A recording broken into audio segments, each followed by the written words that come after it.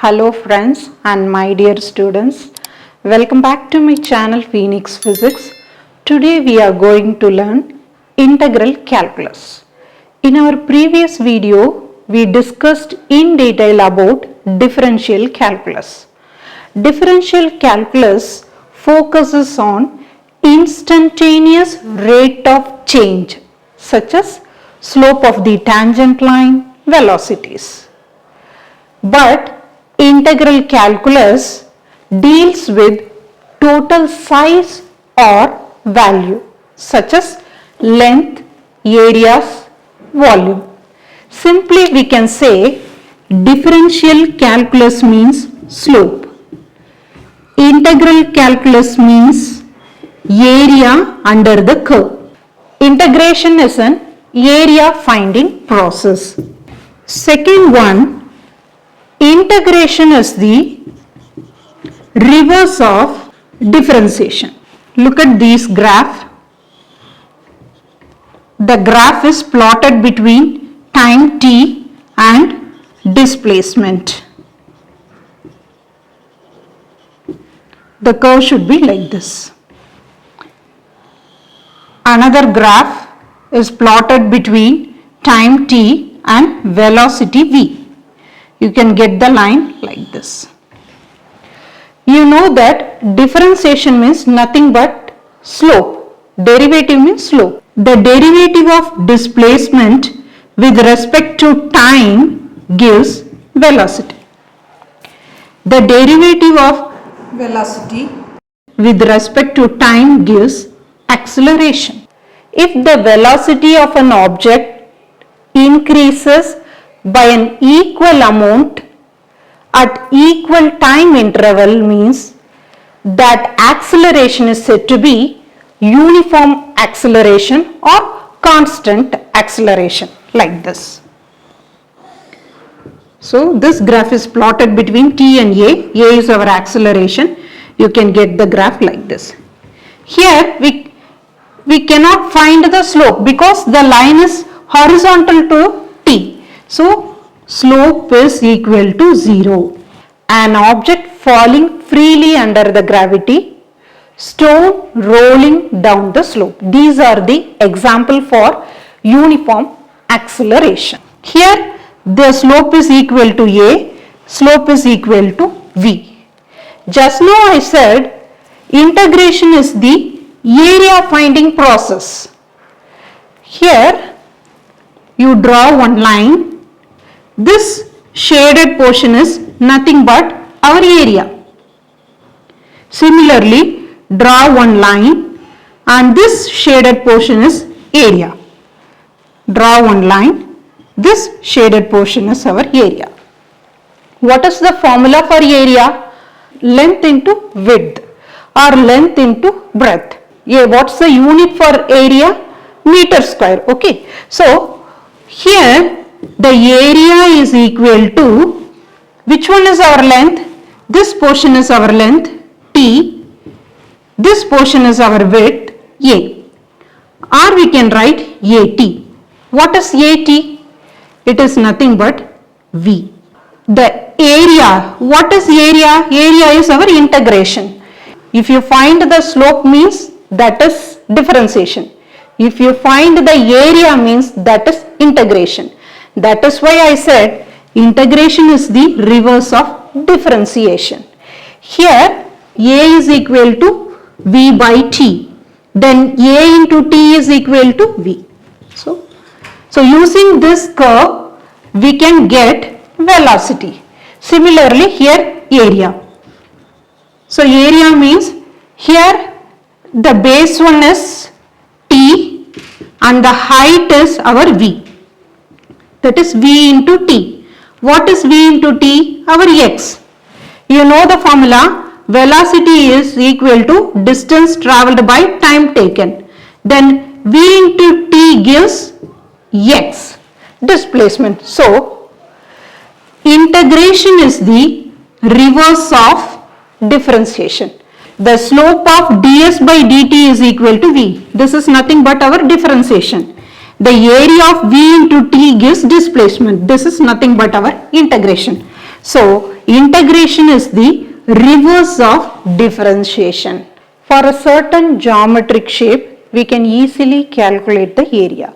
For example, square. What is the area formula for square? That is A square. If it is rectangle means length into breadth, or we can say length into width. If it is circle means area formula is pi r square. For example, look at this graph. This graph is plotted between x and y. This is my curve. This represented as y is equal to f of x. It's a function. You draw a line parallel to y axis and draw another line parallel to y axis. So this starting point is A, this ending point is B. This shaded portion is nothing but our area under the curve. We are going to find out the area, this area under this curve. Y is equal to f of x. This shape is similar to our rectangle shape. If it is rectangle means area of rectangle is equal to length into width or breadth. Both are same. Here which one is our length? This portion is length and this portion is our width. So this is our curve, that is y is equal to f of x. You draw one line perpendicular to y axis. This line meet at C. F of x can be written as C. Our aim is to find the area of the rectangle, this portion. So formula is length into width. Here which one is our length? This portion is our length. So C into width. We are going to calculate width. Up to this portion is A. From origin, that is from origin to this point is B. I need width of the rectangle. So B minus A is our width of the rectangle. Substitute B minus A. You can write it as B minus A into C. This is our area of the rectangle. Suppose if the curve is like this, it is plotted between x and y. The curve is like this. This is nothing but y is equal to f of x. You draw one line parallel to y axis. Draw another line parallel to y axis. This point is our A and this point is B. We are going to find the area under this curve. How do you find out an area of an irregularly shaped curve? There are two steps. First, you have to divide the area into rectangular strips of infinitely small width. Second step, sum their areas. First, I am dividing this portion into rectangular strips like this. So this is x1, this is x2 and this portion is x3, right? Consider only one strip like this.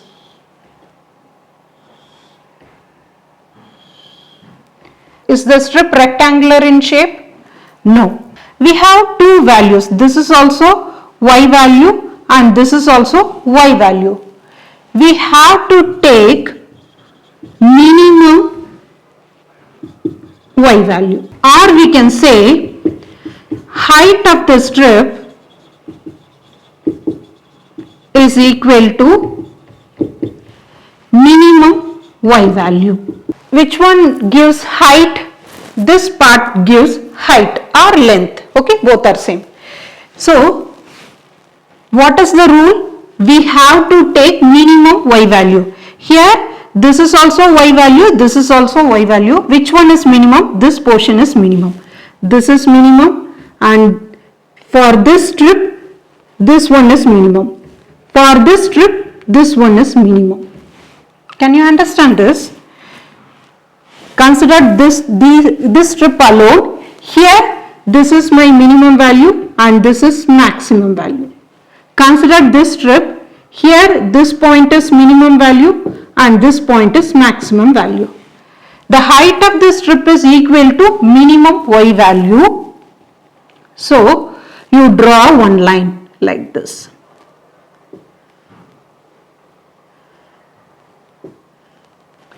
On this line, meet y at this point. You know the function y is equal to f of x. At x is equal to a means y is equal to f of a. So this line indicates, this is my a, so this line indicates f of a. At x is equal to x1, then y is equal to f of x1. This is x1, so this line is equal to f of x1. At x is equal to x2 means y is equal to f of x2. So this is x2, corresponding line is f is equal to f of x2. This line is f of x2, and so on. Our aim is to find out the area under the curve. Consider a single strip. Here, up to this portion is rectangle in shape. Still, some of the area is not covered. The area under the curve is approximately equal to the sum of area of each rectangular strips. The total area is denoted by the letter A. Consider this strip alone. Here, this portion is our height or length. It is equal to f of a. You know the formula. If it is rectangle in shape means the area is equal to length into breadth or length into width. Here this portion will give the length, that is f of a, and the width between a and x1 is delta x. So f of a delta x plus, this is first strip. Consider the second strip. Here the height is or the length is equal to f of x1 and the width is equal to delta x. Delta x. Consider that rectangle, third rectangle. Here also the length is f x2 and the width is delta x, and so on. Here, which one is length? This portion is our length and this portion is width. If you divide the area into small rectangle means the length only varies like this. Here f of a, here f of x1, here f of x2. The length only varies, but the width is same. Here width is delta x. How do you write the area? That is, A is equal to summation over n is equal to 1 to n f of x n delta x. If you substitute 1 means you can get this value. If you substitute 2 means you can get this value. So the general formula for this area is A is equal to summation over n is equal to 1 to n f of x n delta x. Up to this clear? Considered a single strip. Here, just now I said, here some of the area is not covered. If you divide the strip into small rectangle means our area becomes more accurate, which means you divide the rectangle like this, small rectangle. Now you draw the line.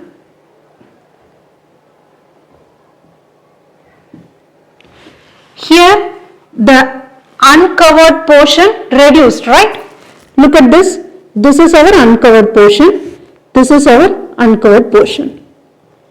So, if you divide the strip into further rectangles, further small rectangle means the area should be reduced and we can get accurate result. How do you say this? If n tends to infinite means our delta x tends to 0. How? If you divide the strip into n number of rectangle means our delta x tends to 0. What's the meaning?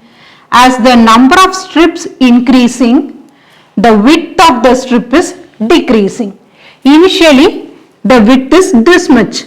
After dividing the strip into n number of rectangles, our delta x is reduced.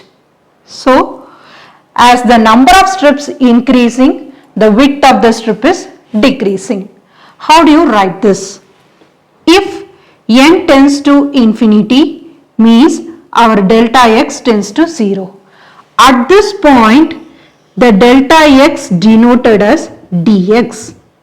Dx means very small interval. Here the graph is plotted between x and y. The curve represented as y is equal to f of x. Starting point is a and the ending one is b. What is xm? It is nothing but the difference between b minus a. That is, from origin to last strip, the distance is b. From origin to first strip, the distance is a. So xm is equal to b minus a. Suppose if you divide this area into n number of rectangular strip means you can get delta x. Up to this clear? Look at another graph. This graph is also plotted between y and x. This is our curve. Y is equal to f of x. This starting point is a and the ending point of the curve is b. Okay. This is our area. If n tends to infinity, del x tends to 0 means we can denote del x as dx. Area is equal to limit del x tends to 0 summation over I is equal to 1 to n f of xi delta x. Here the total sum is indicated by elongated s. Summation sign is replaced by elongated s, then f of x, then delta x is denoted as dx between the limit a and b. This is our total area. So this diagram indicates the total area. A is equal to integral a to b f of x dx. A represents lower limit and this b represents upper limit. And this f of x dx is our function. Using the integral calculus, we can easily calculate work done and impulse. First, let us discuss work done. What's the formula for work done? Work done, W is equal to F into dx. Dx or dr, both are same. Or we can write it as F dot dr. Okay. So, work done is equal to F into dx. This is scalar product, right? How do you write the scalar product? f dx cos theta. Consider this object. Here I am applying the force F. Due to this force, the object displaced to this position. So, F and D is in the same direction, or we can say this is one dimensional motion. So, F and D are in the same direction means theta is equal to 0 degree. Substitute in this formula. So, W is equal to F dx cos 0. What is cos 0? 1. So, W is equal to F dx. Work done by the force on the object to move the object from A to B can be represented as W is equal to A to B f of x dx. This is the work done formula. Graphical representation is like this. Here the graph is plotted between force and displacement f and x. You can get the graph like this. The area under the curve is our work. Up to this clear?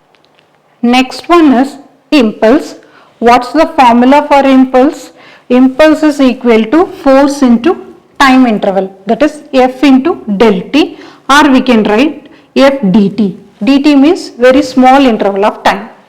Here the impulse given by the force in a small interval of time is calculated between t is equal to 0 to t is equal to t1 as f dt.